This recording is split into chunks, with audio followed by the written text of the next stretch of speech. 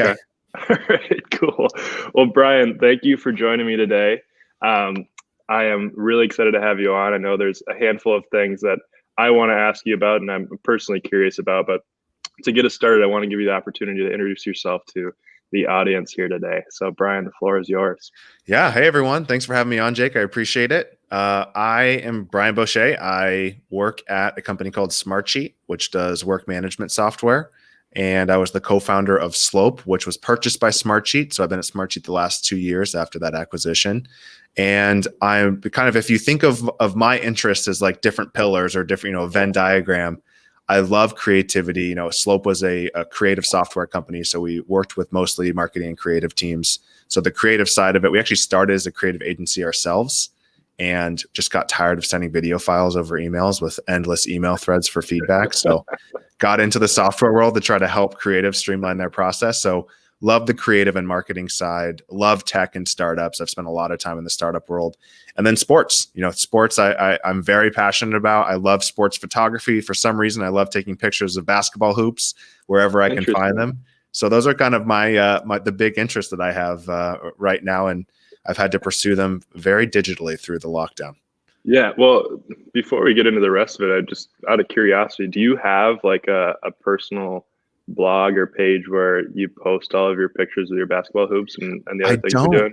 I don't have a gallery. Like I don't have a Behance yet. I set up a Behance account. I just haven't gotten into it yet, but yeah, I need to do a much better job of that. Or even like a Visco, or even putting them through your personal Twitter or somewhere. Well, it's all just Instagram, TikTok. So TikTok, I have like 318,000 followers, which has been crazy in the pandemic. So that's my gallery of videos and photos is on TikTok or Instagram. And Instagram Reels. Don't sleep on Reels. Reels is growing fast. It is. Well, it's basically, I think it's basically just TikTok on Instagram. It is. It's a lot of it. Yeah, and I refused to. Well, actually, I downloaded TikTok and then I had to delete it because the thing is too addictive. It's so addicting. I grabbed my phone, I downloaded TikTok. I'm like, what's this thing all about? And I sat on this for like 6 hours the first day I downloaded. I'm like, yeah, Jake, this relationship with you and TikTok is not going to work. But tell me a little bit more about the TikTok. What kind of videos do you put out there? Yeah, well, when I joined SmartSheet, so I led marketing at Slope. So we had that startup for about 5 years, and we started as a creative agency. So we still did a lot of creative work while I was at Slope. We had a weekly show called The Roundup, where we would like round up different marketing and creative stories from the industry. We did a lot of fun photo shoots and campaigns. So we did a lot of creative work, and then transitioning to SmartSheet, I'm on the product team. So I work a lot with engineering, building out features and specs and working with designers. So less on the marketing creative side. So I have I used to have an hour bus ride every morning into Bellevue to go to SmartSheet for work, hour bus ride back. And, for the first 3 months, I'm just, playing games, watching movies, just consuming. And I started to want to get creative again. So I just started, I downloaded Adobe Premiere Rush, which is kind of their mobile video editing tool. I started to take tutorials on Lightroom and Photoshop and how to edit videos and how to do photography, and just started putting together TikTok videos. Just, it started with just random, nature shots or just random cool videos. And I really found my niche in creative tutorials. And I started to do some iPhone photo tips from cool things I saw that I was learning in my classes, and they took off. And so I kind of found that and have continued just making videos for creative tutorials, and it took off. That is so cool. And I honestly had no idea. What's your TikTok account name? We got to give you a shout out. At Brian Bosché. Simple. Pretty easy. Super simple. Grabbed it early. In the show notes. There you go. Early TikTok was, you could pick up 50,000 followers in a day. It was just blue ocean out there. And it's hard now. I think in the pandemic, everyone downloaded TikTok like you did, got addicted. So it's super competitive now. It's harder to grow. And it's almost like that's why Reels right now is taking off, because it's a new feature. They're trying to incentivize people to use it. So it's one of the few ways you can get your Instagram content to new people to get those followers. So hop on those new product feature launches while they're fresh before they get closed down and competitive. And we'll get back to that later on in the show here. But I do want to go back to not necessarily high school, but college, and I know you went to school at Dartmouth, and Yep. that's a long ways from home for you. Eh, What? Yeah. I moved around a lot as a kid. So I lived Okay. in California, Colorado, Montana, Indiana. So moving around a Interesting. lot and being in different places, it was, getting into the best school I can. And so Okay. the change wasn't too bad, especially since Dartmouth in northern New Hampshire is pretty similar to Bozeman, Montana as far as weather goes. Yeah, interesting. Because in the research that I was doing on you, one of the themes that I recognize is that you've moved around quite a bit, and I was going to ask you about it. So um, we can get into that in a minute or two. But college at Dartmouth, you were heavily involved with the school. You're involved in a ton of clubs there. I know one thing you're super passionate about is basketball. Yep. When you were at Dartmouth, where did you think you were going to go in your career? Like, did you have any long-term goals for yourself coming out of school?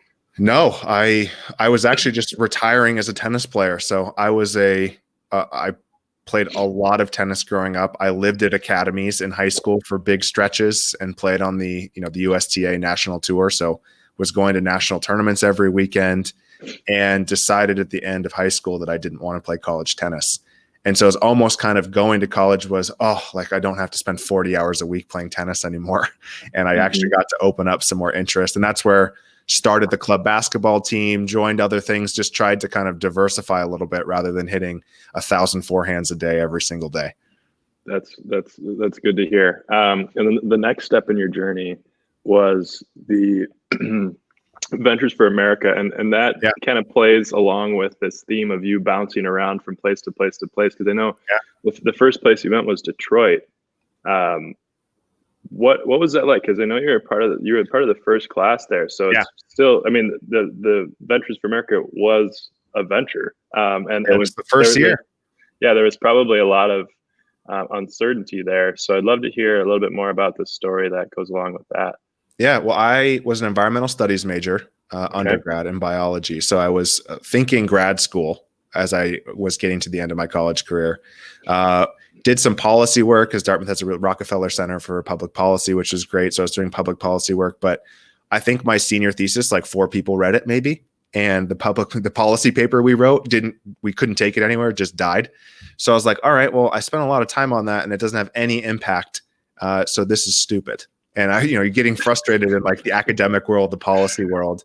Yep. And this is Andrew Yang, the presidential candidate, was the founder of Venture for America, is the founder of Venture for America. So he was recruiting in person in that first year. Because you're right, it was a venture. It was the first year they did it. He came to Dartmouth. He pitched on, he went to law school, became a lawyer, and is like, I'm not making a big impact on the world. And he made a really compelling pitch of, hey, go start a company. And that's the best way to make an impact in the US. And they had a big goal to let's create entrepreneurs.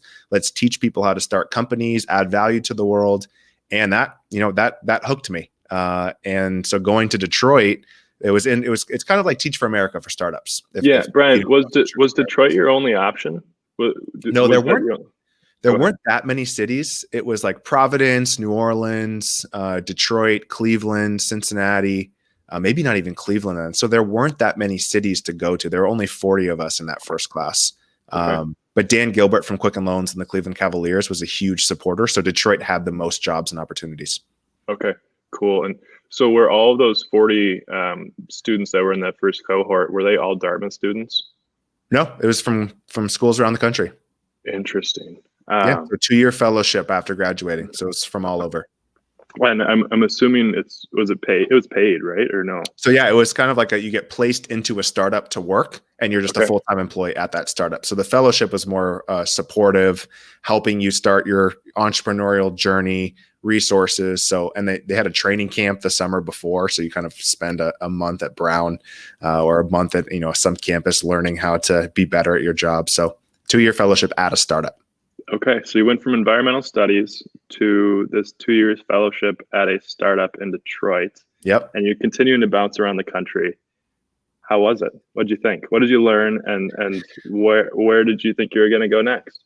Yeah, well, for Detroit is definitely rebuilding. When we got there, it was pretty rough. A lot of empty skyscrapers, and the work that Dan Gilbert, Quicken Loans, Rock Ventures have done to kind of rebuild the city. I just went last year before the pandemic, and it was amazing the growth that's down there. There's a Nike store, there's a Shinola hotel. They've completely redone downtown.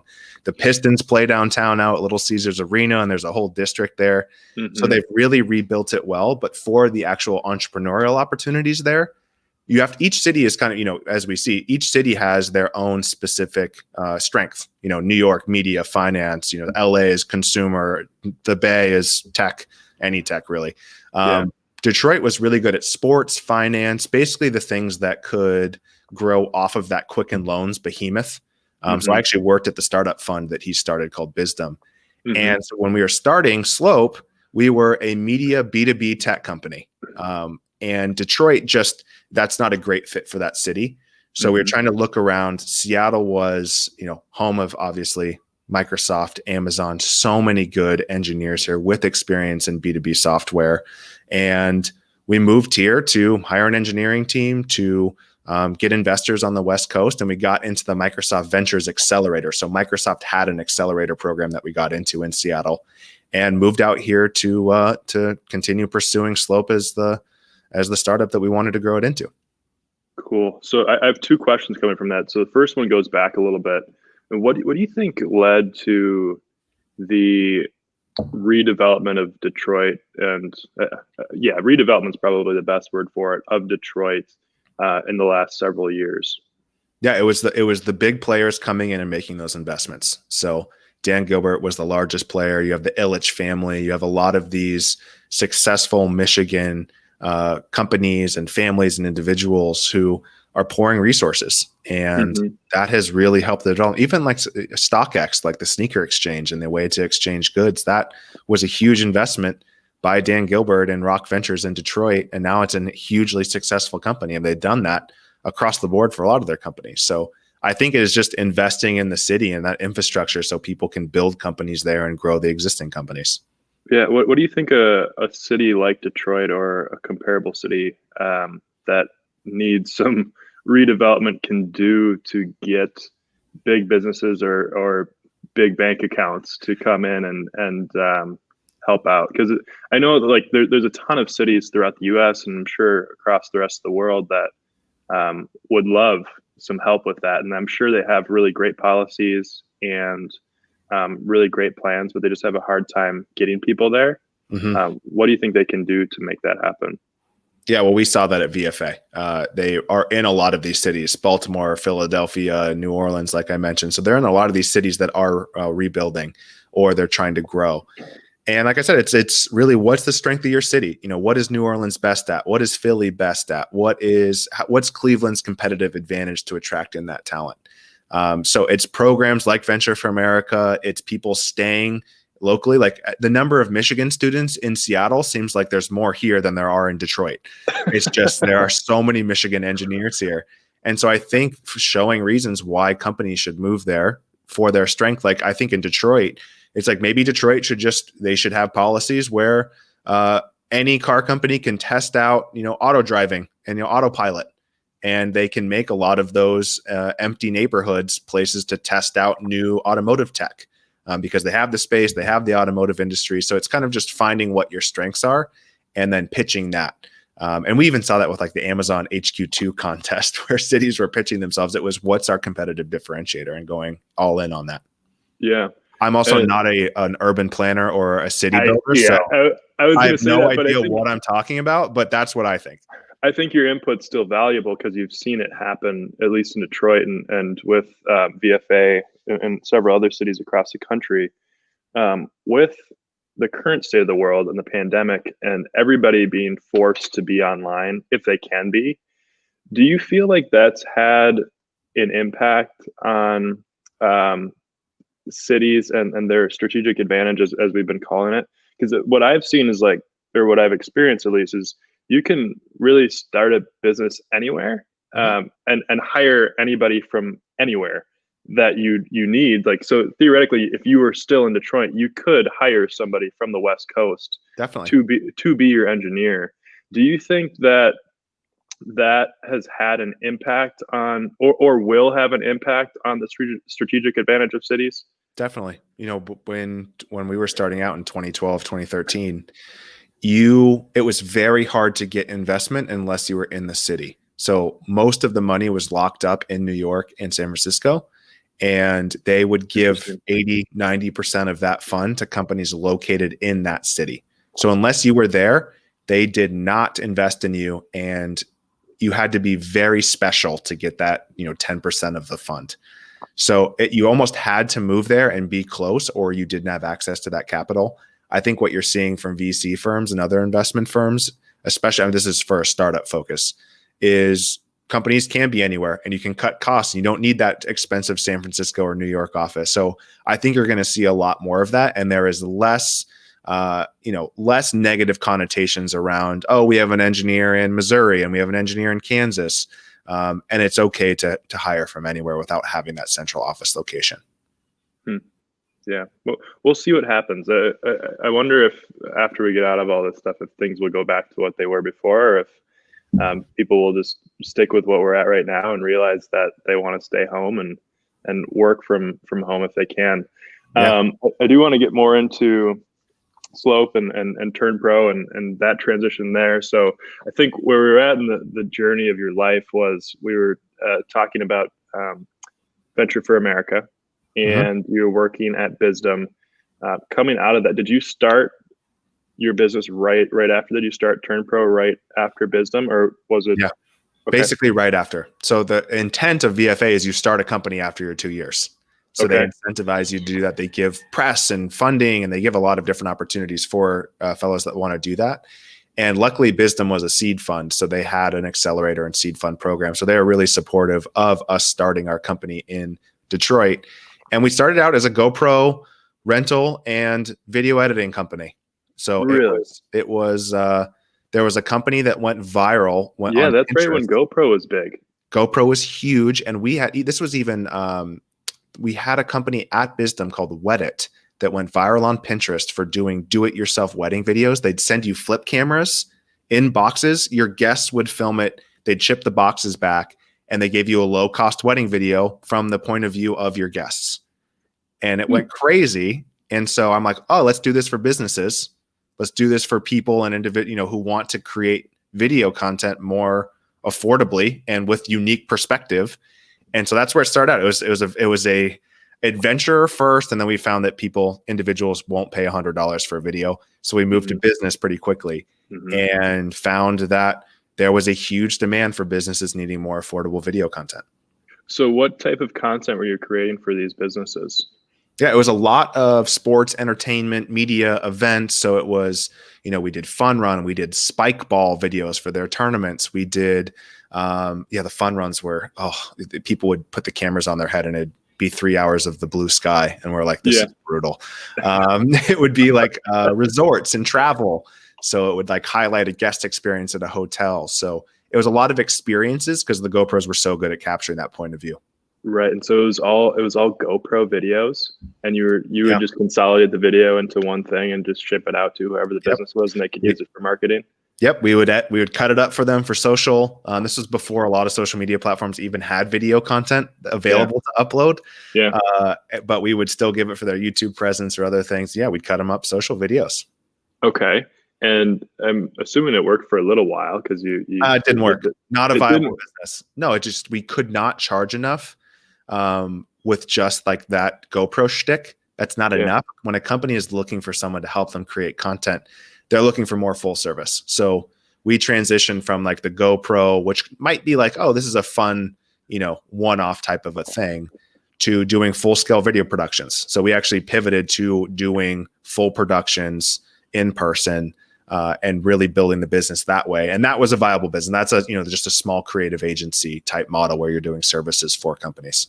Mm-hmm. So that was your first transition away from I'll call it the GoPro model, because that wasn't viable. And then somewhere in there, you came up with this idea for Slope. I'm curious, was that created just to help your team internally? It was to start. Okay. Certainly. Okay. We wanted to build something bigger than a small creative agency. And we weren't really there was two paths. There was, let's build an agency that is enabled by technology so we could scale. And so we could build a big agency. But with services, if services are like 80% of your revenue, you're always going to be a services company. It's going to be manual. You're not going to be able to scale exponentially. And Venture for America and, all of our supporters, like we want you guys to build a big business and take a big cut at it and see what you can do. So that's why we decided to pivot to focusing on the software, because those can have exponential growth, obviously. And so what started as an internal tool to help us work with our clients, we decided to build it as a standalone product, raise money on it, and grow it as its own software company. Okay, so you pulled that out of TurnPro and ran it separately? All the same, but we pivoted the whole company, basically. Same company the whole time. Yeah. Okay. And so was TurnPro still operating as a creative agency? Yeah, for a long time.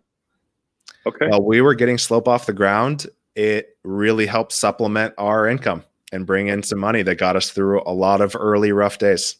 Okay. Well, and I'm assuming at some point you decided that Slope was the way. Like that is what you're going to do in order to be able to scale. So at what point did you realize that Slope was going to be the way out, or it was going to be the thing that was going to be able to get you to the scale that you wanted to be able to get to? Yeah, it was bringing on early investors. So we brought on some pretty incredible angel investors. And that's really when we're like, all right, we need to focus on this, almost 100% of the time.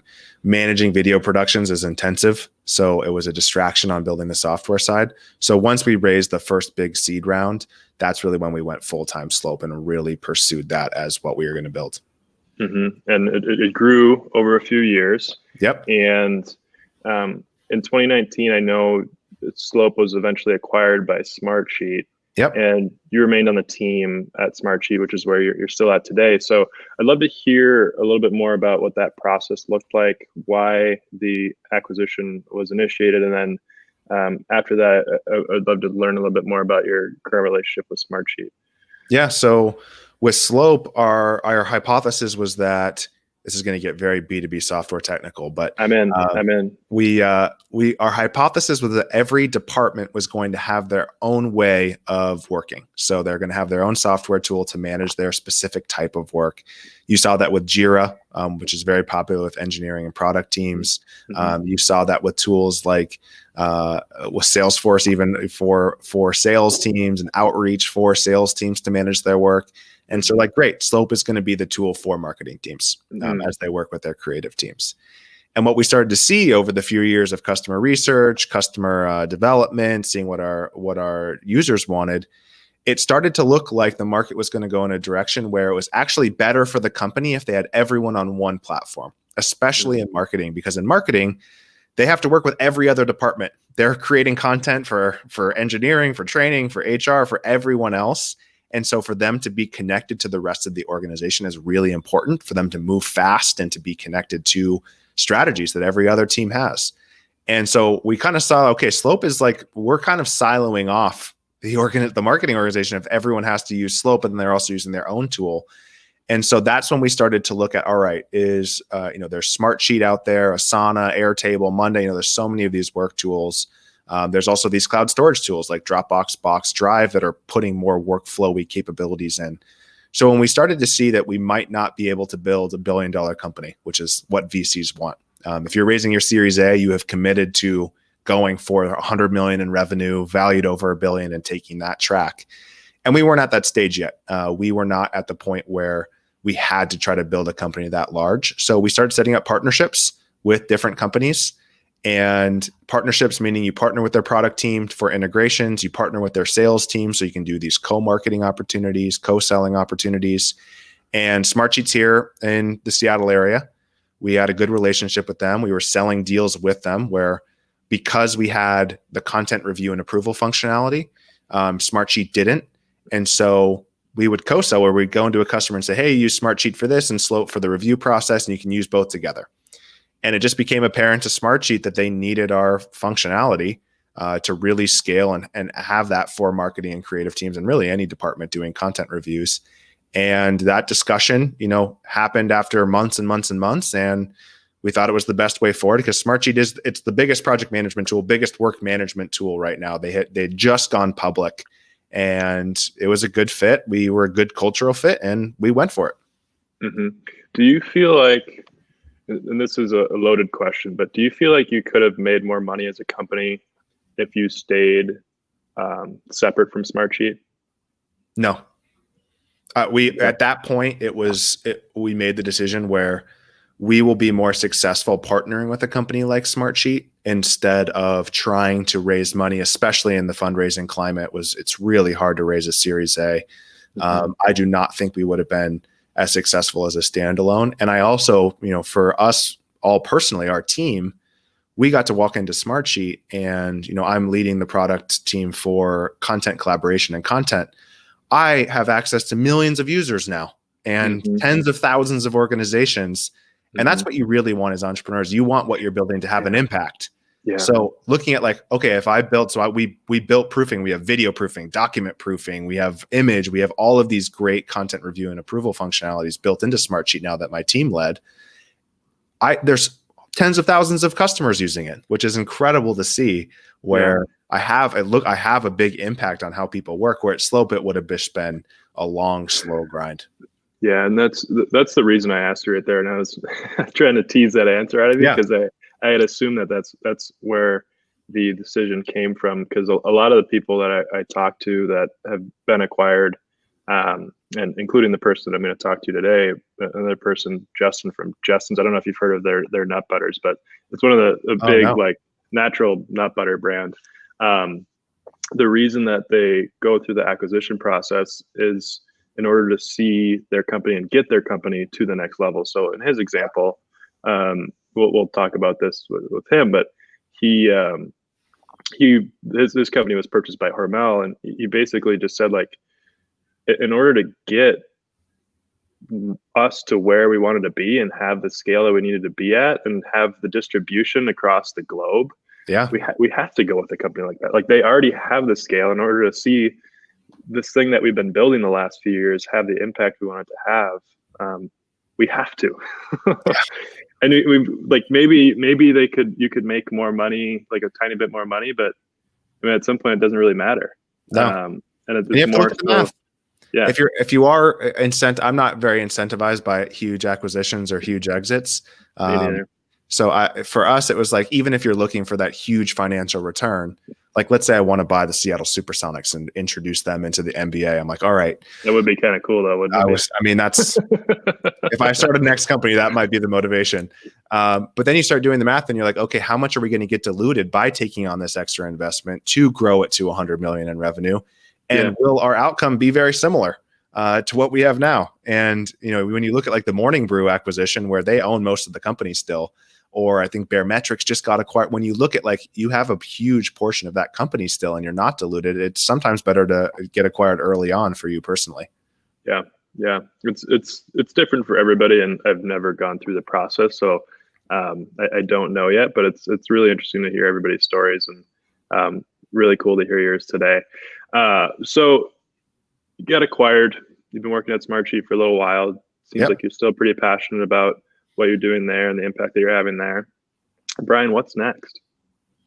I got a few TikTok videos loaded up in the queue, ready to go. What's next for me is it's actually been really nice to be at SmartSheet, because I hear a lot of stories of companies getting acquired and the founders don't stay on.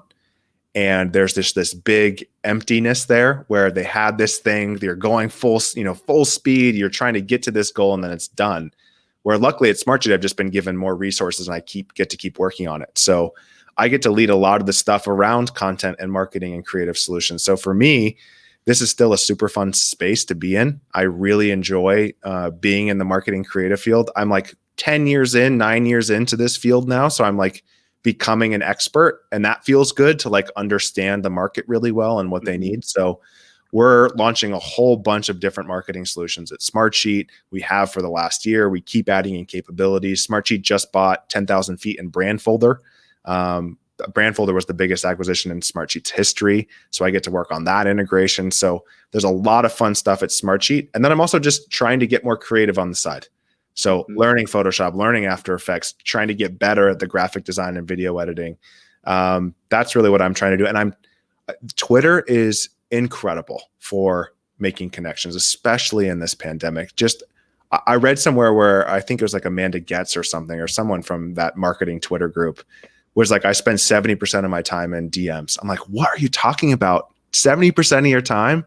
But that is the best cheat code for life that I have found, is just, if you like someone's work, shoot them a DM, say you appreciate it, establish that connection. And, I'm really interested in just getting more into that creative marketing field and learning from others. Interesting. Yeah, I think I should probably dig more into Twitter, because I spend a lot of my time in LinkedIn DMs, and that's how we got connected. I just reached out to you through LinkedIn, but those are ignored way more. I know. Well, I don't even know why I responded to you. Must have had a good hook. Probably not. I think I just got super lucky. It was opposite day. I get so many every day. It's just like recruiters and here are our services. And so maybe yours was actually, hey, come on the pod. And it's like, all right, great. I'll always come on a pod.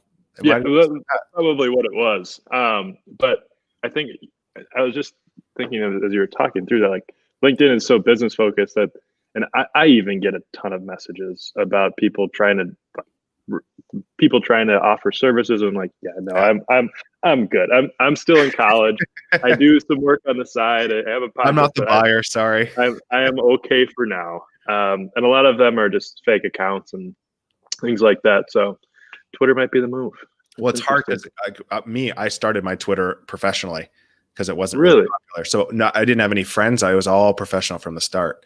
So like my little sister, I have two little sisters. I have a sister-in-law who's 23, and they have just this baggage Twitter account where it's all their friends from high school where they're shit posting for years. It's almost sometimes worth it to just start fresh and go a professional account for that specific niche. But niche, what is it? Finding your niche. What do you say? I say niche. Some people say niche. Some people say niche.